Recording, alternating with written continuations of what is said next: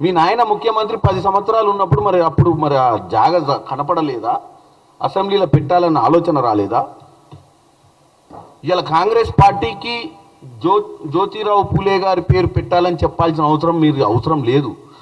9వ తారీఖు డిసెంబర్ 2023 ప్రమాణ స్వీకారం చేస్తున్నటువంటి రేవంత్ రెడ్డి గారు ఎల్బీ నగర్లో ప్రమాణం చేసిన నిమిషమే మీ నాయన కట్టిన ప్రగతి భవన్ల కంచె ఉడబికి దానికి జ్యోతిరావు పూలే ప్రగతి భవన్ని జ్యోతిరావు పూలే ప్రజాభవన్గా చేశారు. అంతకుముందు కేవలం రాజభవనం ప్రగతి భవనే ఉండేది.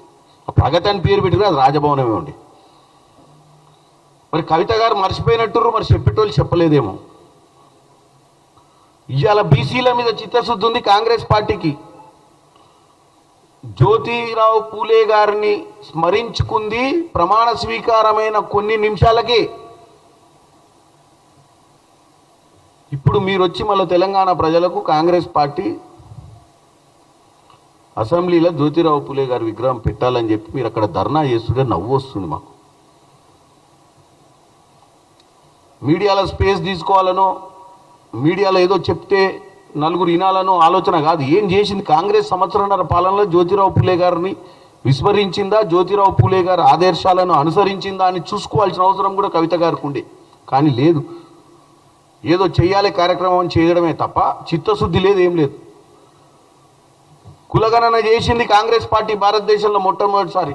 క్యాబినెట్ ఆమోదం తీసుకొచ్చి అసెంబ్లీల తీర్మానం కోసం పెట్టింది కాంగ్రెస్ పార్టీ. దానికోసం ఢిల్లీ దాకా ఈరోజు ఎమ్మెల్యేలు ముఖ్యమంత్రి అందరు పోయి జంతర్ మంతర్లో కూర్చుంది కాంగ్రెస్ పార్టీ. దొంగ దీక్షలని మీరు అంటుర్రు ఢిల్లీ పోతే, మరి దొంగ దీక్ష ఎవరిదో? మీరు చేస్తున్న దీక్ష ఈరోజు దొంగ దీక్ష. ఈ నుంచి రైళ్ల కొంతమంది బీసీ నాయకులు 24 గంటల సమయం రైల్లో ప్రయాణించి జంతర్ మంతర్లో చేసిన దీక్ష దొంగదా? లేకపోతే మీరు 5 గంటల కోసం మీ షోపుటప్ బిజినెస్ చేసుకోవడం కోసం మీరు పెట్టిన దీక్ష దొంగ దీక్షనా? చిత్తశుద్ధి ఉంది కాబట్టే మీ నాయన లెక్క ఏకపాత్రాభినయం చేస్తలేం. ప్రధానమంత్రిని, సెంట్రల్ మినిస్టర్లను అందరినీ కూడా అడుగుతున్నాం ఈరోజు మాకు సహకరించాలని, ఈ బీసీ రిజర్వేషన్ బిల్లును పార్లమెంట్లో కూడా ఆమోదించాలని.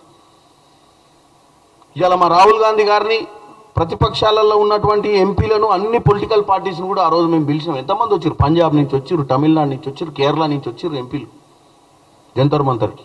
అంటే మేము కనపడతలేరా మీకు? 40 నుంచి 50 మంది ఎంపీలు అక్కడికి వచ్చిన విషయాన్ని మీరు చూస్తలేరా? చూసి విస్మరిస్తుర్రా కవిత గారు? ఈరోజు నేను ఒకటే చెప్పదలుచుకున్నా, మీకు చిత్తశుద్ధి లేదు. మీరు పరిపాలించినప్పుడు ప్రజల గురించి ఆలోచించలేదు, వెనుకబడ్డ తరగతుల గురించి ఆలోచించలేదు. ఈరోజు కేవలం కాంగ్రెస్ పార్టీపై విష ప్రచారం చేయనికనే మీ కుటుంబంలో ఉన్నటువంటి ముగ్గురు కూడా ఈరోజు 3 అంశాల మీద మాట్లాడుతూ మళ్ళీ తెలంగాణ ప్రజలను తప్పుతో పట్టించే ప్రయత్నం చేస్తారు.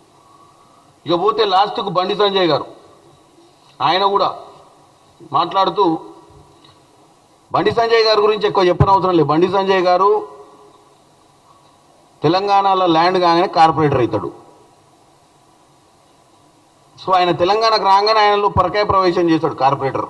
సెంట్రల్ మినిస్టర్ నుంచి బాడీలో కార్పొరేటర్ వస్తాడు, కార్పొరేటర్ మాటలు మాట్లాడతాడు. కార్పొరేటర్ అంటే కార్పొరేటర్కి పెద్ద అవగాహన ఉండదు. ఎందుకు చెప్తున్నాను వినండి. హెచ్సియు భూముల మీద, అంటే హెచ్సియు భూమి కాదు, అది గవర్నమెంట్ భూమి, 400 ఎకరాలు, గోపాన్పల్లిలో ఉన్నటువంటి 400 ఎకరాల భూమి. బండి సంజయ్ గారు మీరు ఒక్కటి చెప్పండి, ఈ 2003లో అమితాబ్ బచ్చన్ అడుగుతాడు కదా దాంట్లో క్వశ్చన్, కోన్ బనేగా కరోర్పతిలో. బండి సంజయ్ గారు మీకు ఒక ప్రశ్న వేస్తున్నాను. 2003లో ప్రధానమంత్రి ఎవరు? ఇందిరాగాంధీ, సోనియా గాంధీ, వాజ్పేయి, నెహ్రూ. 2003లో వాజ్పేయి గారు ప్రధానమంత్రి. ఈ భూముల మీద నువ్వు సిబిఐ ఎంక్వైరీ అయితే వాజ్పేయి లేడు, చంద్రబాబు నాయుడు ఉండు పక్కన. సిబిఐ వేస్తావా, సిబిఐ వేస్తావా ఎంక్వైరీ? సిబిఐ అంటే చంద్రబాబు ఎంక్వైరీ. చంద్రబాబు ముఖ్యమంత్రి ఉన్నప్పుడు ఈ 400 ఎకరాలు బిల్లీరావుకి ఇచ్చిండు, ఐఎంజీ భారత. మరి బండి సంజయ్ గారు ఇప్పుడు డెఫినెట్గా సిబిఐ ఎంక్వైరీ చేసి ఆ భూములను తేలుస్తాడట, తాడు పేడు. ఏంది నువ్వు తాడు చేసేది, పేడు తేల్చేది? నువ్వు ఉన్న పార్టీ ఆ రోజు అధికారంలో ఉంది, నీకున్న అలయన్స్ ఇప్పుడు ఉన్నది 2018 లోక్సభలో ఉన్న అలయన్సే ఇప్పుడు ఆ అలయన్స్. అప్పుడు ఇక్కడ ముఖ్యమంత్రి ఉంది చంద్రబాబు గారు. వీళ్ళిద్దరు కలిసి ఆ భూమిని ఎస్యూ మధ్యన డివైడ్ చేసిన విషయాన్ని నీకు ఇప్పటి మటుకు అవగాహన లేదు. అది ఫారెస్ట్ ల్యాండ్ అని ఒకరోజు అంటారు, అది హెచ్సి భూమి అని ఒకరోజు అంటారు. మరి ఇచ్చినటువంటి ఆ రోజు సెంట్రల్లో గవర్నమెంట్ బీజేపీ ఉండి సెంట్రల్ యూనివర్సిటీ రిజిస్ట్రార్లు అందరూ పోయి పంచనామాల సంతకాలు పెట్టింది బండి సంజయ్ గారు. మీరు చూడాల్సిన అవసరం ఉంది. మీరు దయచేసి హోందాగా మీరు ఒక సెంట్రల్ మినిస్టర్ అన్న విషయాన్ని మర్చిపోవద్దు. మీరు ఏది మాట్లాడినా కొంచెం అవగాహన తీసుకొని కొంచెం దాని మీద సబ్జెక్ట్ మీద కొంచెం గ్రిప్ తెచ్చుకొని మాట్లాడాల్సిన అవసరం ఉంది. దేని మీద సిబిఐ ఎంక్వైరీ చేస్తావు? బిల్లీరావు మీద వేయాల్సిందే నువ్వు ఇప్పుడు. ఎందుకంటే బిల్లీరావు మీద 10 ఏళ్ల నుంచి ఆ రోజు మీరు అధికారంలో ఉన్నారు, సెంట్రల్లో ఈడ కేసీఆర్ గారు అధికారంలో ఉన్నారు. 10 ఏళ్ల నుంచి బిల్లీరావు తోటి మరి ఎవరు వ్యాపారం చేద్దామని పిచ్చి ఆలోచన వచ్చిందో నాకు తెలుస్తలేదు. ఇవాళ చిత్తశుద్ధున్న రేవంత్ రెడ్డి గారు ఇవాళ ఇంత మీరు బద్నాం చేయడానికి ప్రయత్నం చేస్తారు కదా.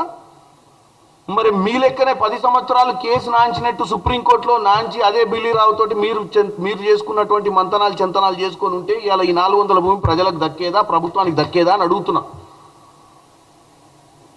ఒకవేళ బిల్లీరావుకే కనుక కోర్టులకు వెళ్తుంటే ఈ భూమి ఎవడిచ్చినట్టు, దారదత్తం చేసినట్టు.